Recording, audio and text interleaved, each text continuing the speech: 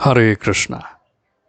तो आज हम एक बेहद इम्पोर्टेंट टॉपिक के बारे में बात करने वाले हैं, लेकिन उससे पहले मैं आपको ज़रूर बोलना चाहूँगा कि अगर आप इस चैनल पे न्यू हैं तो चैनल को सब्सक्राइब कर लें, वीडियो को लाइक करें और अपने दोस्तों के बीच में इस वीडियो को ज़रूर फॉरवर्ड करें। आज हम बात करने वाले हैं how to setup a business enterprise. एक बिजनेस एंटरप्राइज को सेटअप करने में सबसे बड़ा योगदान किसका रहता है? एक बिजनेसमैन का, एक एंटरप्रेन्योर का। आखिर ये एंटरप्रेन्योर कौन होता है? एंटरप्रेन्योर वो इंसान है जो किसी बिजनेस आइडिया पे या फिर किसी बिजनेस कॉन्सेप्ट पे जो अभी भी मार्केट में न्यू है उस पर कार्य करके एक बिजनेस एंटरप्राइज को खड़ा करता है। So it's all about the person who has a business idea and take steps to launch a business enterprise is known as an entrepreneur. इस डेफिनेशन के साथ में ये भी याद रखें कि एंटरप्रेन्योर एक नए आइडिया पे ज़्यादा काम करता है, और आज के समय में आपको हर जगह, हर कंपनी में लगभग एक एंटरप्रेन्योर नज़र आएगा ही आएगा। इसके पीछे का खास रीज़न ये है कि आज कंपटीशन बहुत बढ़ चुका है, और अगर आप मार्केट में कुछ नया या कुछ यूनिक नहीं लाते हैं तब आपकी वैल्यू मार्केट में नहीं रह जाती है। हम बात करेंगे entrepreneurial decisions in setting up a business enterprise, और उन्हें क्या डिसीजंस के थ्रू में, उन्हें क्या स्टेप्स के थ्रू में आगे बढ़ना पड़ता है, और जिसके बाद में जाके वो अपने बिजनेस एंटरप्राइज को खड़े कर पाते हैं, उसके बारे में बात करेंगे। पहला पॉइंट है selection of line of business. पहली चीज़ तो आपको ये डिसाइड करना पड़ेगा कि आप किस कैटेगरी में एंटर करना चाहते हैं। ठीक है, entrepreneur has to decide the type of business in terms of manufacturing, trading और सर्विसेज। जब आप एक कैटेगरी को चूज कर लेते हैं उसके बाद में एक बहुत ही अहम फैसला आपके सामने में निकल करके आता है कि इस बड़े कैटेगरी में मुझे कहाँ उतरना है, मेरा क्या निश्चय होना चाहिए। ठीक है, so then he has to decide और select the type of goods and services he will produce and distribute. ये अब उसके लिए एक इम्पॉर्टेंट फैसला बन जाता है। फिर उसके बाद में उसके दिमाग में ये भी प्रश्न आता है कि अगर मैं इस पर्टिकुलर सिलेक्शन, इस पर्टिकुलर निश्चय के साथ मैं आगे बढ़ रहा हूँ तो यहाँ पे क्या ऑपरेटिंग कॉस्ट रहेगा, क्या सेल्स रेवेन्यू मैं जनरेट करके जाऊँगा। फिर तीसरा उसके सामने में एक डाउट आ जाता है, एक तीसरा स्टेप आ जाता है, और चौथा स्टेप उसके सामने में आता है marketing research should be carried out to find out the number of customers on their need.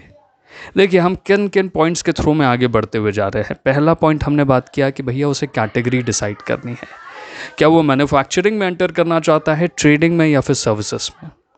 फिर उसको ये डिसाइड करना है कि वो क्या वहाँ पे डिस्ट्रीब्यूट करेगा, क्या वो कोई गुड रहने वाला है, क्या वो कोई सर्विस रहने वाला है। फिर उसको ये डिसाइड करना है कि अगर मैं सर्विस प्रोवाइड करना चाहता हूँ तो इसकी ऑपरेटिंग कॉस्ट क्या आएगी मेरे फर्म की, और उसे ये भी डिसाइड करना है, ये भी पता करना है कि क्या सेल्स रेवेन्यू उसके थ्रू मैं निकाल सकता हूँ। हालांकि हमारे लिए लास्ट में ज़रूरी क्या है, हमारे लिए प्रॉफिट ज़्यादा ज़रूरी है, और प्रॉफिट कैसे आएगा? ऑपरेटिंग कॉस्ट और सेल्स रेवेन्यू दोनों को जब आप माइनस करेंगे तब आपके सामने में प्रॉफिट निकल करके आएगा। चौथा पॉइंट है एक मार्केट रिसर्च होना बहुत ज़रूरी है।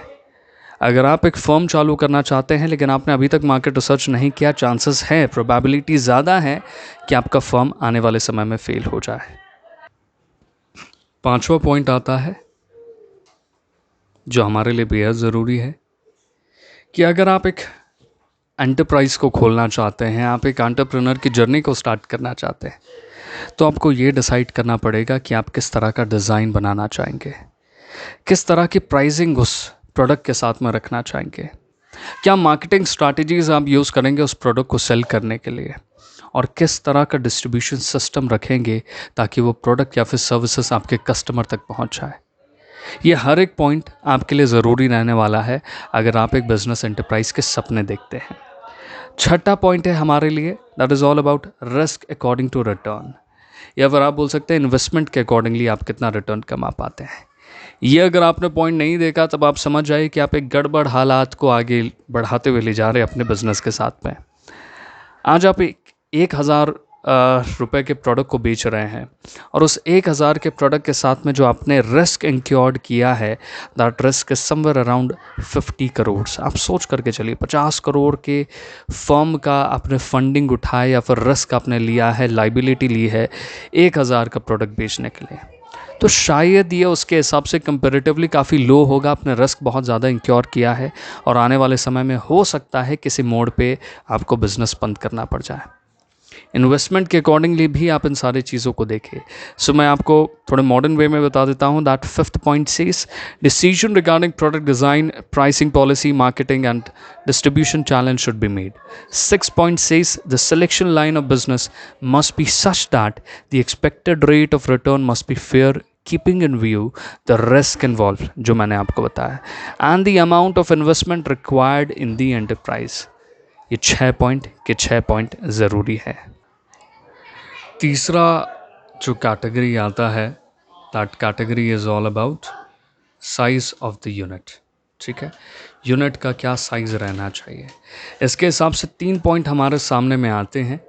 पहला पॉइंट है the optimum size is one eight which the average cost per unit is minimum. Optimum size का मतलब आप समझ जाइए परफेक्ट साइज़, एक ऐसा साइज़ जो आप थ्योरेटिकली अपने दिमाग में सोचते हैं कि इससे परफेक्ट कुछ हो नहीं सकता इस दुनिया में।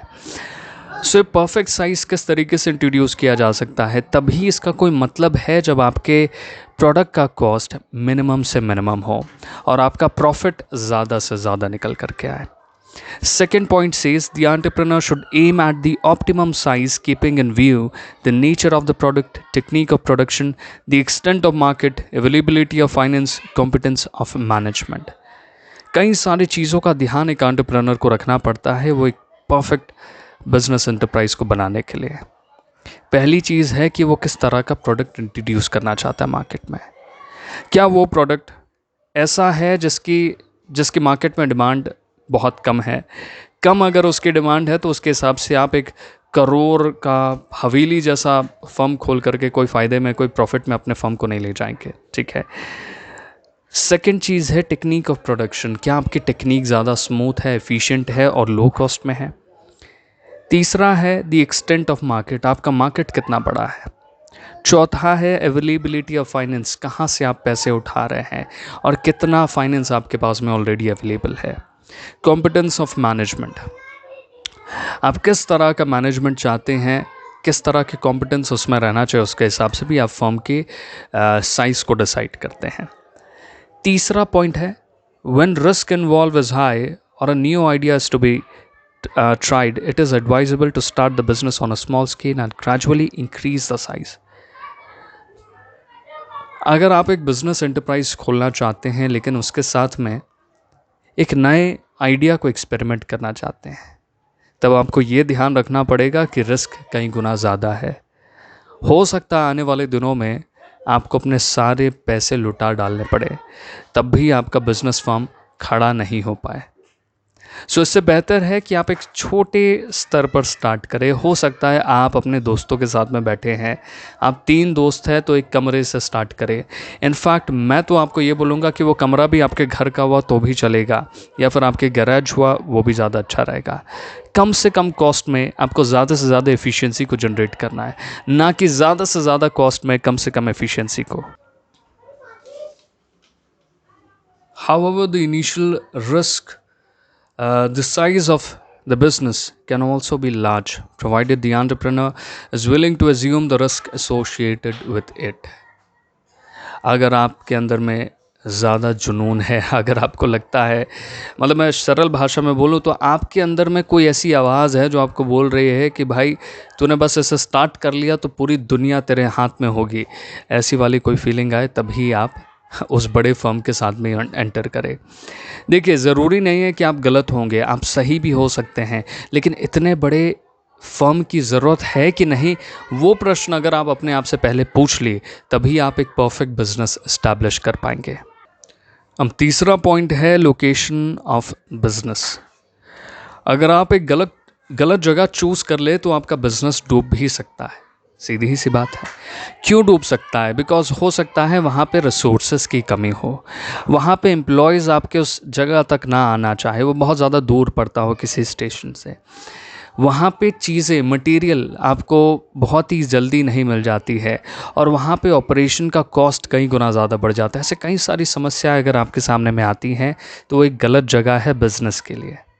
ठीक है, पहली चीज़ आपको ये समझनी पड़ेगी।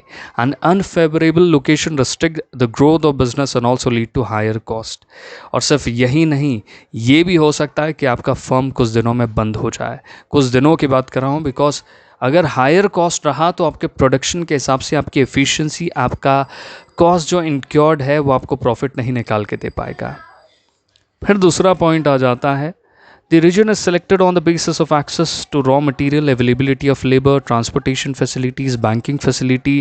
The selection of site requires a consideration of cost of land, soil and surface, development costs, etc.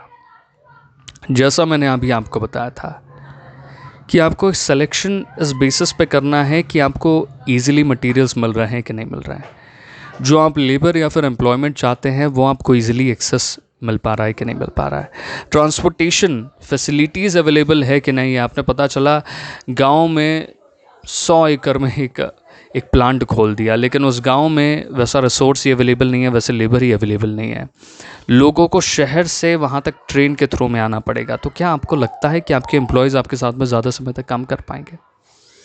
Chances बहुत कम हो जाते हैं, ठीक है। उसके बाद आता है बैंकिंग फैसिलिटीज़। क्या यहाँ पे ट्रांजैक्शंस रेगुलर बेसिस पे होने वाले हैं? अगर रेगुलर बेसिस पे होने वाले हैं तो वहाँ पे एक बैंक का होना बेहद ज़रूरी है। तो कई सारे आपने बड़े बड़े फैक्ट्रीज़ या फिर इंडस्ट्रीज़ या फिर कंपनीज़ में देखा होगा कि एक स्पेशली बैंक खोला जाता है या फिर एक छोटा सा स्टाफ बिठाया जाता है या फिर एक छोटा सा एटीएम रखा जाता है जहाँ से रेगुलर बेसिस पे ट्रांजैक्शन किया जा सके, ठीक है। किस तरह का लैंड है ये, जनरली किन के लिए है?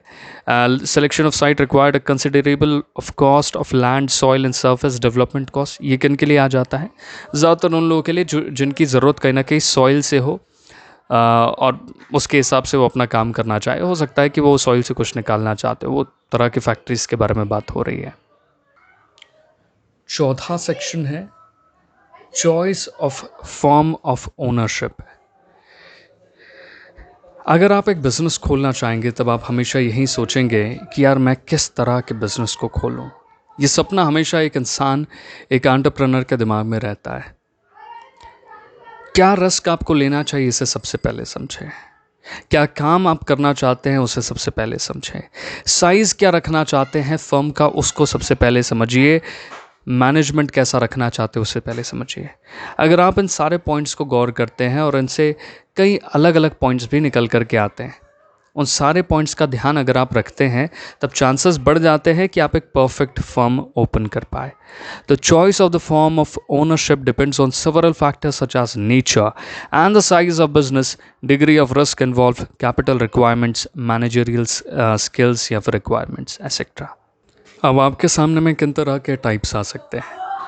टाइप्स कुछ ऐसे आ सकते हैं, सॉल प्रोप्राइटरशिप आप ले सकते हैं, पार्टनरशिप फर्म खोल सकते हैं, कंपनी खोल सकते हैं, या फिर जॉइंट स्टॉक कंपनी खोल सकते हैं। अब चलिए हम चलते हैं आगे 5वें पॉइंट की तरफ में, that is all about financial planning. ध्यान आपको ये रखना पड़ेगा कि आपके हाथ में कितना पैसा है, सबसे पहले आपको ये ध्यान देना है। बिकॉज अगर आपके हाथ में पैसे की कमी है तब आप अपने बिज़नेस को कंटिन्यू नहीं कर पाएंगे। हमारे लिए सबसे ज़्यादा ज़रूरी चीज़ है बिज़नेस को कंटिन्यू रख पाना, उसके लिए कैपिटल के रिक्वायरमेंट होते हैं। तो फाइनेंशियल प्लानिंग आपको पहले से ही करना पड़ेगा कि कितना पैसा आपके हाथ में हमेशा रहना चाहिए ताकि आप बिज़नेस को अच्छे से चला सकें। The entrepreneur has to make available sufficient amount of capital for the initiation and continuation of the business। पहली चीज़ ये आती है। फिर आपके सामने में क्या आता है कि हर दिन बेसिस पे कितना पैसा लगेगा, हर महीने कितना पैसा लगेगा, हर साल कितना पैसा लगेगा। आप हो सकता है क्वार्टर बेसिस पे काम करें, हाफ ईयरली बेसिस पे काम करें, आप ईयरली बेसिस पे काम करें, मंथली बेसिस पे काम करें। आपको ये डिसाइड ज़रूर करना पड़ेगा कि आपको कितने कैपिटल की ज़रूरत हर दिन रहेगी, कितने एक्सपेंसेस इंक्योर होने वाले हैं, कितने एक्सपेंसेस को आपको देखना पड़ेगा अपने बिजनेस में। फिर आपको ये भी मालूम है कि अगर आप एक कैपिटल को अपने पास में रखते हैं तो उन कैपिटल से आप कई चीज़ों को खरीदेंगे अपने बिजनेस के लिए। कैपिटल आपके पास में कितना है उस बेसिस पे आप एक ज़मीन खरीद सकते हैं, आप एक प्लांट खरीद सकते हैं, मशीनरी खरीद सकते हैं, मटेरियल खरीद सकते हैं, इक्विपमेंट्स खरीद सकते हैं, सर्विसेज प्रोवाइड कर सकते हैं। ये सारी चीज़ों का ध्यान आपको फाइनेंशियल प्लानिंग में पहले ही रखना चाहिए। So capital is required for investment in fix assets like land, building machines and equipments and current assets like supplies, material etc, जो मैंने अभी आपको बताया। अब आपके सामने में एक बहुत ही इंपॉर्टेंट प्रश्न आता है फाइनेंशियल प्लानिंग में, what to be decided while doing the financial planning. आपको क्या डिसाइड करना है, क्या अपने दिमाग में पहले रखना है। पहली चीज़ तो आपको ये डिसाइड करना है कि कितना पैसा लगेगा। दूसरी चीज़ आपको ये डिसाइड करना है कि आप किस तरह के फॉर्म को या फिर कंपोजिशन को रखना चाहते हैं सिक्योरिटीज़ के लिए अकॉर्डिंग टू कैपिटल। फिर आपको ये भी ध्यान रखना है कि फ़ंड की देखभाल के लिए या फिर फ़ंड के लिए कोई एडमिनिस्ट्रेशन रहने वाला है, कोई मैनेजमेंट रहने वाला है जो फ़ंड की देखभाल करेगा, फ़ंड को इन्वेस्ट करेगा, फ़ंड के थ्रू में एक बेहतरीन रिटर्न निकाल करके लाएगा। ठीक है, तो पहला पॉइंट है determination of the total amount of capital required for the business, कितना पैसा चाहिए, सीधी सी बात है। ठीक है, सेकेंड आ जाता है deciding the form and composition of securities which are to be issued to raise the estimated capital। ठीक है, जो अभी हमने बात किया कि आपको सिक्योरिटीज़ के लिए किस तरह का फॉर्म या फिर कंपोजिशन चाहिए अकॉर्डिंग टू कैपिटल। तीसरी चीज़ है एडमिनिस्ट्रेशन ऑफ फंड्स। ठीक है, ये 3 पॉइंट्स को अगर आप ध्यान रखते हैं तब आप एक बेहतर तरीके से बिजनेस को स्टार्ट कर पाएंगे। छठा पॉइंट हमारे सामने में क्या आता है, प्रोविजन ऑफ फिजिकल फैसिलिटीज़। ठीक है, this decision requires the selection of machines, equipment, building, plant and other physical activities. ठीक है, कैसे इक्विपमेंट्स की फैसिलिटी आप प्रोवाइड करना चाहते हैं। ठीक है, आप कैसे मशीन्स परचेज करना चाहते हैं, किस तरह की फिज़िकल फैसिलिटीज़ आप अपने उस प्लांट पे रखना चाहते हैं, आप उस कंपनी में रखना चाहते हैं, इंडस्ट्री में रखना चाहते हैं। फिज़िकल फैसिलिटी में सिर्फ यही नहीं आता कि आपको सिर्फ प्लांट और मशीन पे देखभाल रखना है, आपको अपने एम्प्लॉयज़ को भी देखना है। ठीक है, उन्हें आप किस तरह का फैसिलिटी प्रोवाइड करेंगे फिज़िकल बेसिस पे। क्या उनके लिए चाय वाला या फिर कॉफ़ी वाला मशीन रहेगा, पानी की सुविधा रहेगी, टॉयलेट्स रहेंगे, उनके लिए सीट्स कितने कंफर्टेबल रहेंगे, क्या उनके लिए प्राइवेट कैबिन दिया जाएगा, या फिर हायरार्कीज़ के अकॉर्डिंगली हम किस तरह के फ्लोर्स को रखेंगे। ये सारी चीज़ों के डिसीजन आपकी फ़िज़िकल फैसिलिटीज़ का ही एक हिस्सा है ना। इसमें ही ये चीज़ भी आती है हमारे सामने में कि आप किस तरह के एरिया पे डिपेंड करते हैं पूरे बिजनेस को। ठीक है, सो वहाँ पे हम लोग एक बेहतर तरीके से बात कर लेते हैं। Decision in this area depend upon the following factors. पहली चीज़ है नेचर ऑफ बिजनेस।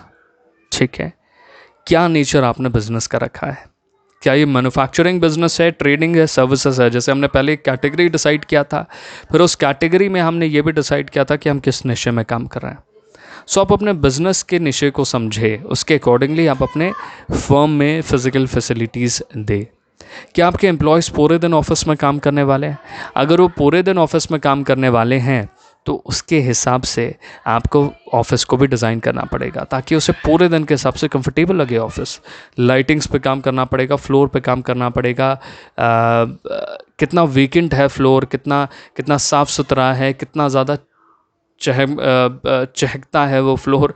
मतलब कई सारी चीज़ों को आपको ध्यान रखना पड़ेगा। अगर आपके जो लोग हैं वो ज़्यादातर फील्ड में रहेंगे तब आपको ये ध्यान रखना पड़ेगा कि उन्हें फील्ड पे फिज़िकल फैसिलिटीज़ मिलते रहे।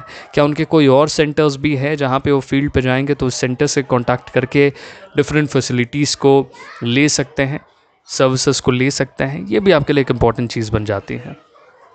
सेकेंड है size of the firm, large, small और मीडियम। मैंने आपको बताया ज़रूरत के हिसाब से आप अपने फर्म के साइज़ को रखिए। जैसे मैं आपको बताना चाहूँगा एक इंश्योरेंस कंपनी को मैंने एक इंश्योरेंस कंपनी के एक फ्रेंचाइजी को देखा था जो हमारे घर से कुछ दूर था। उसके साथ में हज़ारों एजेंट लगे हुए, मतलब आप समझ रहे हैं कितना बड़ा अकाउंट है। अब इन हज़ारों एजेंट्स के बीच में वो जो ऑफिस था वो बहुत ही ज़्यादा छोटा था। मतलब आप सोच करके चलिए कि वो ऑफिस लगभग 2000 स्क्वायर फीट का होगा, 2000 स्क्वायर फीट के आसपास का उसका साइज़ होगा। तो 1000 एम्प्लॉयज़ के हिसाब से 2000 स्क्वायर फीट बहुत छोटा हो जाता है, आपको भी लगेगा। लेकिन आप ये भी समझने का प्रयास करें यहाँ पे इसी वजह से छोटा है बिकॉज उनके ज़्यादातर एम्प्लॉयज़ सेक्शन से बाहर रहते हैं, दूर रहते हैं। ठीक है, तीसरी चीज़ है process of production, capital intensive रहेगा या फिर लेबर इंटेंसिव रहेगा। ठीक है, प्रोडक्शन का प्रोसेस क्या रखना चाहते हैं, क्या कैपिटल इंटेंसिव रहेगा, कैपिटल पे आपका ज़्यादा फोकस रहेगा, या फिर लेबर इंटेंसिव रहेगा, लेबर पे आपका ज़्यादा फोकस रहेगा। ठीक है, ये भी आपको ज़्यादा डिसाइड करना पड़ेगा। वैसे दोनों हमारे सेक्शन के एक इम्पॉर्टेंट हिस्से बन जाते हैं। चौथा है अवेलेबिलिटी ऑफ फंड, कितना पैसा आपके पास में है, उसके हिसाब से भी आप फिजिकल फैसिलिटी देते हैं। आप ये नहीं कर सकते हैं कि आप उसी समय में, एक ही समय में आप अगर अपने फर्म को छोटा बना रहे हैं तो उसी समय में आप ये भी सोचें कि आप अपने फर्म को बड़े स्तर पर कुछ ही महीनों में ले जाएंगे, वो पॉसिबल नहीं है। फंड अगर आपके पास में है तो आप एक दिन में अनिल अंबानी के जितने बड़े बड़े कंपनीज, मुकेश अंबानी जितने बड़े बड़े कंपनीज को भी खड़ी कर सकते हैं। In selection of machines and equipments, factors such as relative cost and productivity, availability of repair and maintenance services, ये सारी चीज़ों की हमें ज़रूरत है। अगर आप एक मशीन इक्विपमेंट बाय करना चाहते हैं, फैक्ट्री में कोई भी सर्विसेज अपने एम्प्लॉयज़ को प्रोवाइड करना चाहते हैं, अपने लिए रखना चाहते हैं, उन सारे सर्विसेज के पीछे में मेंटेनेंस और सर्विस भी आता है। ठीक है, वो सारे सर्विसेज के पीछे में मेंटेनेंस और सर्विस आता है। सर्विसेज जो आप लाते हैं बाहर से या फिर कोई मेंटेनेंस की आपको ज़रूरत पड़ती है, ये सारी चीज़ों का आपको ध्यान रखना पड़ता है। Skills of worker required to run such machines and equipment should also be consider. इन चीज़ों की भी हमें ज़रूरत है जो हमने बात किया था अभी। ठीक है, अब चलते हैं 7वें पॉइंट की तरफ में, that is all about plant layout. A good layout help in avoiding back handling of materials and removing other bottlenecks and delays in the production process. देखिए, bottleneck की वजह से ही inefficient हो जाता है पूरा प्रोसेस। अब bottleneck में हो क्या रहा है कि अगर आप देखें तो कई सारे लाइन ऑफ प्रोडक्शन एक साथ आ जाते हैं, एक बार में मिल जाते हैं एक समय में, तो कई सारे प्रॉब्लम्स हमारे सामने में क्रिएट हो जाते हैं। पहला प्रॉब्लम आता है डिले होने लगती हैं चीज़ें, पहली चीज़ तो ये हमें मालूम है। सेकंड पॉइंट हमारे सामने में आ जाता है कि जो लेआउट है, जो प्रॉब्लम है, वो और ज़्यादा बेसिस पे खड़े हो जाते हैं और हमारा जो कस्टमर है उस तक हमारा प्रोडक्ट सही समय पे सही तरीके से नहीं मिल पाता है। एरर्स आने लगते हैं, लूप होल्स नज़र आने लगते हैं उस फर्म के या फिर उस कंपनी के। ठीक है, 8वां पॉइंट कहता है पर्सनल, आपको किस तरह लोगों की ज़रूरत है। ठीक है, आपको किस तरह का स्किल चाहिए, किस तरह का विल चाहिए, आपको किस तरह का एक्सपीरियंस चाहिए, किस तरह की एक्सपर्टीज़ चाहिए। पहला पॉइंट ये कहता है people with required skills, experience and aptitude must be recruited and selected. इनकी ज़रूरत हमें ज़्यादा पड़ती है।